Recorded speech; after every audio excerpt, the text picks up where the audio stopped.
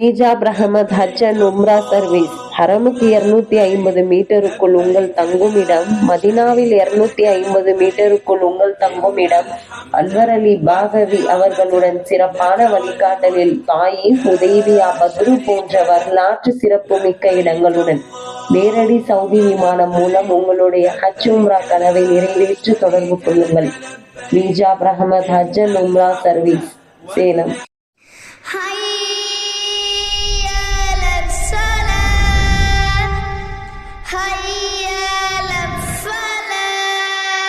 என் கண்ணியத்துக்குரிய அல்லாஹ்வின் நல்லடியார்களே, சகோதர சகோதரிகளே, அஸ்ஸலாமு அலைக்கும் வரஹ்மத்துல்லாஹி வபரகாத்துஹு.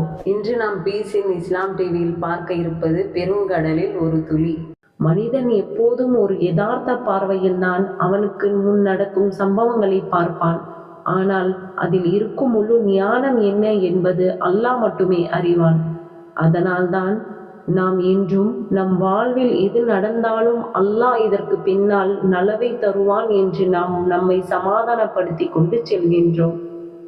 மனிதர்கள் தங்களுடைய வாழ்வை கூர்ந்து கவனித்தால் அவர்களுக்கே தெரியும், ஒரு சோகத்திற்கு பின்னால் ஒரு நலவை கண்டிப்பாக கொடுத்திருப்பான். இதை முழுமையாக நாம் அறிந்து கொள்ள நபி மூசா அலைஹிஸ்ஸலாம் அவர்களும் ஹதிர் அலைஹிஸ்ஸலாம் அவர்களுக்கு இடையே நடந்த சம்பவத்தை நாம் முழுமையாக பார்த்தோம் என்றால் அல்லாஹ்வுடைய ஞானம் என்பது எவ்வளவு பெரியது, எவ்வளவு நுணுக்கமானது என்பதை நாம் அறிந்து கொள்ளலாம்.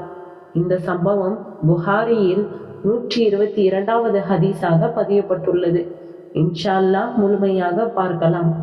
இந்த ஹதீஸ் புகாரியில் அப்துல்லா இப்னு அப்பாஸ் அறிவிக்கின்றார்கள், ஒருமுறை மூசா அலைஹிஸ்ஸலாம் தன்னுடைய இஸ்ரவேலர் சமுதாயத்தின் மத்தியில் பேசிக் கொண்டிருக்கின்றார்.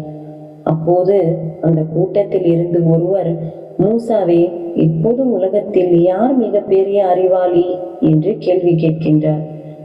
அதற்கு மூசா அலைஹிஸ்ஸலாம் அவர்கள் சற்றும் யோசிக்காமல் யதார்த்தமாக, நான் தான் இப்போது இந்த உலகத்தில் மிக பெரிய அறிவாளி என சொல்லிவிடுகின்றார். மூசா அலைஹிஸ்ஸலாம் சற்றும் யோசிக்காமல், அல்லாஹ் தான் மிக பெரிய அறிவாளி, அல்லாஹ் தான் ஞானமுடையவன் என சொல்லாமல் தான் தான் மிக பெரிய அறிவாளி என்று சொல்லிவிடுகிறார். உடனே அல்லாஹ் அவருக்கு வஹி அறிவிக்கின்றார், எனக்கு ஒரு அடியார் இருக்கின்றார், 2 கடல்களும் ஒன்று சேரும் இடத்தில் அவர் இருக்கின்றார், அவர்தான் உன்னை விட மிக பெரிய அறிவாளி என்று அல்லாஹ் கூறுகின்றார். உடனே மூசா அலைஹிஸ்ஸலாம் அவர்கள், நான் அவரை சந்தித்தே ஆக வேண்டும், அவரிடம் நான் கற்றுக்கொள்ள வேண்டும், அவரிடம் இருக்க அறிவை நான் பெற வேண்டும் என அல்லாஹ்விடம் கூறுகின்றார். அதற்கு அல்லாஹ் உடனே, நீங்கள் செல்லுங்கள் என்று கூறிவிட்டார். மேலும் மூசா அலைஹிஸ்ஸலாம் அவர்கள் கேட்கின்றார், உன்னுடைய அடியாரை நான் எப்படி கண்டுபிடிப்பது? 2 கடல்கள் சேரும் இடத்தில் என்று சொல்லிவிட்டாய், எப்படி கண்டுபிடிப்பது என்று கேட்க அல்லாஹ் மேலும் கூறுகிறான், ஒரு பாத்திரத்தில் மீன்களை சமைத்து வைத்துக் கொள்ளுங்கள். என் அடியான் இருக்கும் இடம் வந்தவுடன் இந்த மீன் உயிர் பெற்று துள்ளி குதித்து ஓடிவிடும், அந்த இடத்தில் தான் அவர் இருக்கின்றார் என்று அல்லாஹ் சொன்னது போன்று மூசா அலைஹிஸ்ஸலாம் அவர்கள் ஒரு பாத்திரத்தில் மீன்களை சமைத்து வைத்துக் கொண்டு யூஷா இப்னு நூன் என்ற பணியாளரோடு பயணம் செய்ய ஆரம்பித்தார்கள். அப்போது தன்னுடைய பணியாளரிடம் சொல்கிறார்கள், இப்படியாவது அந்த மனிதரை நான் பார்த்தே தீருவேன், இல்லை என்றால் நடந்து கொண்டே இருப்பேன் என்று சொல்கிறார்கள். 2 பேரும் பேசிக்கொண்டே நடந்து செல்லும் போது சோர்வடைந்து விடுகிறார்கள். அப்போது தன்னுடைய பணியாளரிடம் மூசா அலைஹிஸ்ஸலாம் அவர்கள் சொல்கிறார்கள், இந்த பாறை மீது சிறிது நேரம் ஓய்வு எடுக்கலாம் என்று சொல்லிவிட்டு பாறையின் மீது மூசா அலைஹிஸ்ஸலாம் அவர்கள் உறங்கிவிட்டார்கள். ஒரு இடம் வந்த பின்பு அங்கு மீன்கள் துள்ளி குதித்து ஓடும் என்பதும் முன்கூட்டியே தன்னுடைய பணியாளரிடம் மூசா அலைஹிஸ்ஸலாம் அவர்கள் சொல்லிவிட்டார்கள். அதே போல் பாத்திரத்தில் ஏதோ சப்தம் வருகிறது என்று பணியாளர் பாத்திரத்தை திறந்து பார்க்கிறார்கள். மீன் துள்ளி குதித்து பாறை அருகே உள்ள கடலில் குதித்து விடுகிறது. உடனே மூசா அலைஹிஸ்ஸலாம் அவர்களிடம் சொல்ல வேண்டும் என்று பணியாளர் காத்து கொண்டிருக்கிறார். ஆனால் மூசா அலைஹிஸ்ஸலாம் அவர்கள் நன்றாக உறங்கிக் கொண்டிருப்பதனால் எழுந்தவுடன் சொல்லிவிடலாம் என்று நினைக்கிறார்கள். மூசா அலைஹிஸ்ஸலாம் அவர்கள் எழுந்தவுடன் அவருடைய பணியாளர் மீன் துள்ளி குதித்து ஓடியதை சொல்ல மறந்து விடுகிறார். மீண்டும் 2 பேரும் சேர்ந்து மீண்டும் 2 நாட்கள் நடந்து விடுகின்றன. ஓரிடத்தில் மூசா அவர்கள் சொல்கிறார்கள், அதிகமாக பசியெடுக்கின்றது, நான் கொண்டு வந்த உணவை சாப்பிடலாம் என்று. இப்போதுதான் அந்த மீன் துள்ளி குதித்து ஓடியதை சொல்ல மறந்து சென்று விட்டேன் என்பதை சொல்கிறார்கள். நீங்கள் தூங்கிக் கொண்டிருந்த போது பாறையின் அருகே மீன்கள் உயிர் பெற்று கடலில் குதித்து ஓடிவிட்டது. ஒரு ஷைத்தான் என்னை மறக்கடித்து விட்டான் என்று பணியாளர் கூறுகின்றார். அப்போது மூசா அலைஹிஸ்ஸலாம் அவர்கள், நாம் இருவரும் கடந்து வந்த அதே இடத்துக்கு செல்லலாம் என சொல்லி மீண்டும் நடந்து வருகிறார்கள். அங்கு வந்த பிறகு மூசா அலைஹிஸ்ஸலாம் அவர்களும் சுத்தி பார்க்கிறார்கள். அங்கு ஒரு மனிதர் கைகளை தலையில் வைத்தபடி முகத்தை மூடியபடி உறங்கிக் கொண்டிருக்கிறார்கள். இவருடைய பெயர்தான் ஹதிர் அலைஹிஸ்ஸலாம்.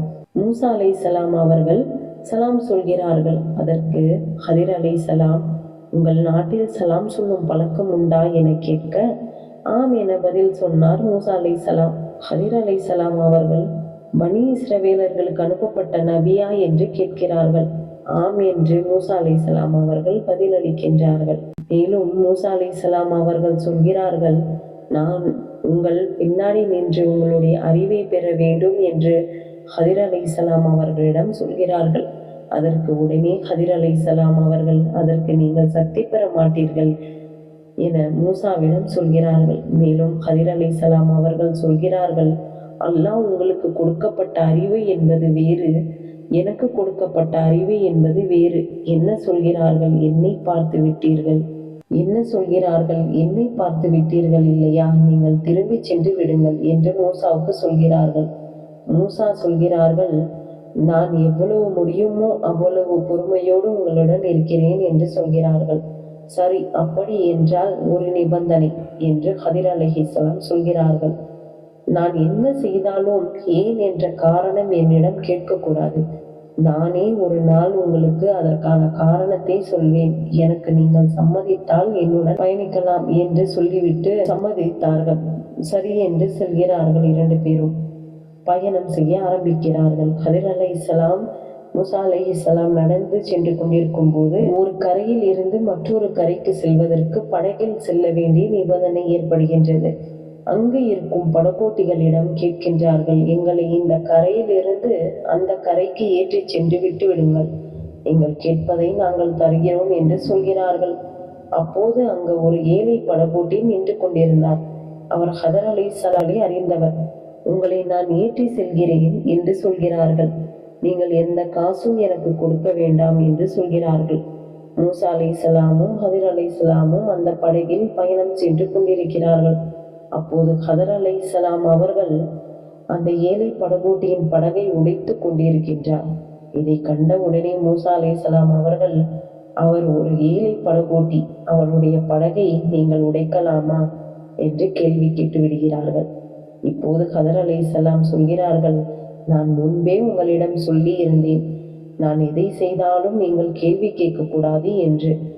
பிறகு மூசா அலைஹிஸ்ஸலாம் அவர்கள் சொல்கிறார்கள், என்னை மன்னித்து விடுங்கள், நான் மறதியில் உங்களிடம் கேள்வி கேட்டு விட்டேன், மன்னித்து விடுங்கள் என்றார். சொன்ன பிறகு மீண்டும் பயணிக்கிறார்கள். அந்த படகில் ஒரு அழகான சிட்டுக்குருவி அந்த படகில் வந்து அமர்ந்து கடலில் இருந்து நீர் அருந்துகிறது.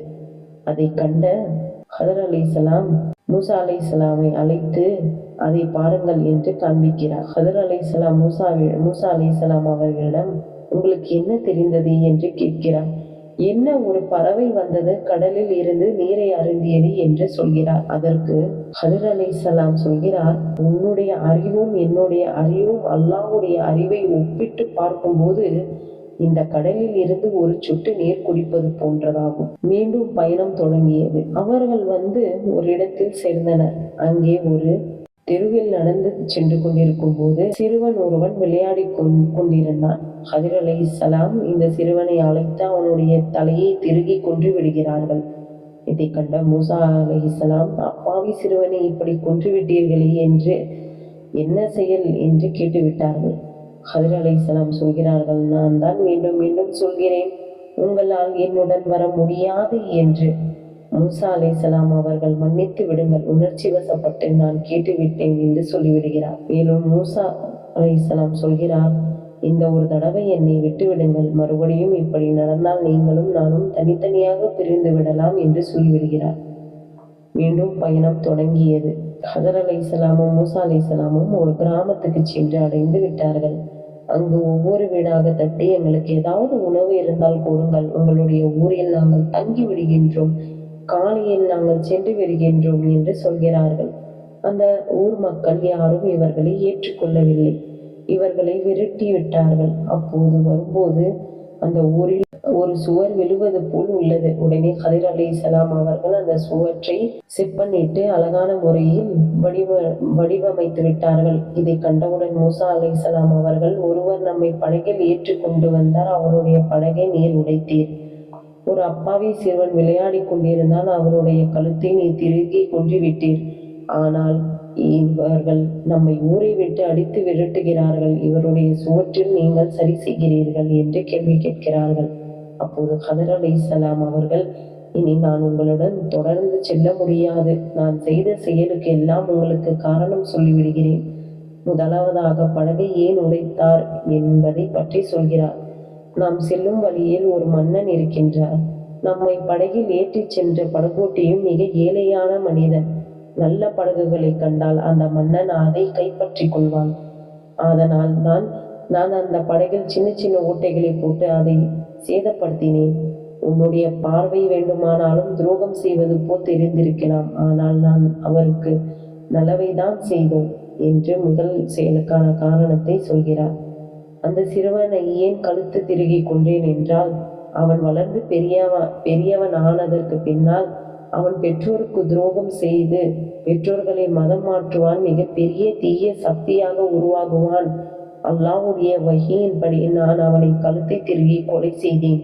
அல்லாஹ் அந்த பெற்றோருக்கு வேறொரு குழந்தை கொடுக்க நாடிவிட்டான் என்று சொல்லிவிட்டார்கள். மூன்றாவதாக, அந்த ஊர்வாசிகள் நம்மளை விரட்டினார்கள். ஆனாலும் அந்த ஊரின் மீது சாய இருக்கும் அந்த சுவற்றை நான் ஏன் சரி செய்தேன் என்று தெரியுமா? அந்த சுவற்றிற்கு அடியில் அல்லாஹ் ஒரு புதையல் வைத்திருக்கின்றார். அது 2 அனாதை சிறுவர்களின் புதையல் ஆகும். இந்த சிறுவர்களின் தந்தை மிக மிக நல்லவர். தற்போது அந்த சிறுவர்கள் எங்கோ வளர்ந்து கொண்டிருக்கிறார்கள். அவர்கள் ஒரு நாள் வந்து அந்த புதையலை எடுத்து செல்வார்கள். அந்த சுவர் விழுந்து விட்டால் இந்த ஊர்வாசிகள் இந்த புதையலை கைப்பற்றி விடுவார்கள். நீங்கள் பார்க்கும்போது நான் அந்த ஊருக்கு நலவை செய்தது போல் தெரிந்திருக்கலாம் என்று கூறினார்கள். இந்த சம்பவம் மூலம் நாம் தெரிந்து கொள்வது என்னவெனில், மூசா அலைஹிஸ்ஸலாம் நான் தான் மிகப்பெரிய அறிவாளி என்று சொன்னார். அல்லாஹ் உன்னை விட மிக சிறந்த ஒரு அறிவாளி இருக்கின்றான் என்று பாடம் நடத்தினான். யதார்த்தமாக கல்வி என்பது வேறு, அல்லாஹ்வின் ஞானம் என்பது வேறு. இந்த 3 சம்பவங்களில் இருந்தும் கற்றுக்கொள்ளும் படிப்பினை என்னவெனில், மனிதனுக்கு யதார்த்தமாக நடக்கக்கூடிய சம்பவம் தான் தெரியுமே தவிர அதன் பின்னால் இருக்கும் அறிவு, அதன் பின்னால் இருக்கும் கல்வி என்பது அல்லாஹ்வுக்கு மட்டுமே தெரிந்தது. இதன் மூலம் தெரிந்தது, கப்பலை ஏன் உடைத்தார் என்பது நம்முடைய பார்வை, ஆனால் அல்லாஹ்வுடைய பார்வை அந்த ஏழை படகோட்டியை காப்பாற்றினார். இரண்டாவதாக, ஒரு சிறுவன் கொலை செய்யப்பட்டான். இது யதார்த்த பார்வை, ஆனால் அல்லாஹ்வுடைய பார்வையில் அவன் வளர்ந்து பின்னாளில் அவன் மிகப்பெரிய மோசமான சக்தியாக மாறுவான் என்பது அல்லாஹ்வுடைய ஞானம். துரத்தப்பட்ட ஊருக்கு உதவி செய்ததாக பார்த்தோம். இதை நாம் யதார்த்தமாக பார்த்தோம், ஒரு கல்வி. ஆனால் அல்லாஹ்வுடைய ஞானம் அந்த சுவற்றுக்கு கீழ் இருக்கும் சிறுவர்களின் புதையல் வந்து எடுத்துக்கொள்வார்கள் என்பதுதான். நாம் நம்முடைய வாழ்வில் எந்த விஷயத்தையும் பார்க்கும்போது 2 கோணங்களில் பார்க்க வேண்டும். எது நடந்தாலும் அல்லாஹ் அதில் நமக்கு நலவை நாடியிருப்பான் என்பதை நாம் உணர்ந்து கொள்ள வேண்டும்.